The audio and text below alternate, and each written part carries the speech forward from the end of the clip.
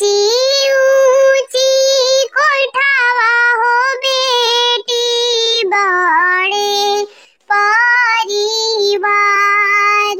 ऊंची ऊंची कोठावा हो बेटी बड़े परिवार। घूमी घूमी दिया हो बेटी सबके आकावार। घूमी घूमी दिया हो बेटी सबके आकावार। बाजावाली हले बजनिया हो भैया डोलिया लिहले कार।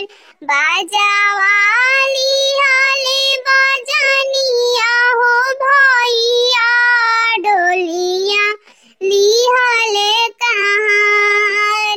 छातावाली हले अपन हो भैया बहिनी सानावा जस। छातावाली हले अपन हो भैया बहिनी सानावा जस। एक कोस गईले हो भैया दूसर कोस जस।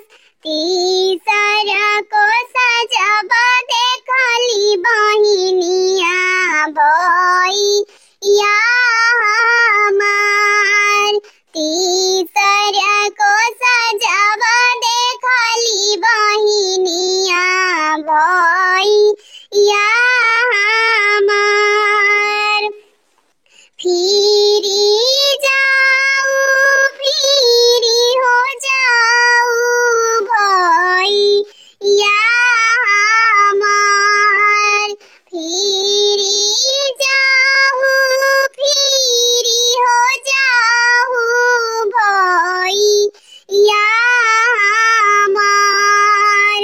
मम्मी घरवारो होई है दिया समझाई।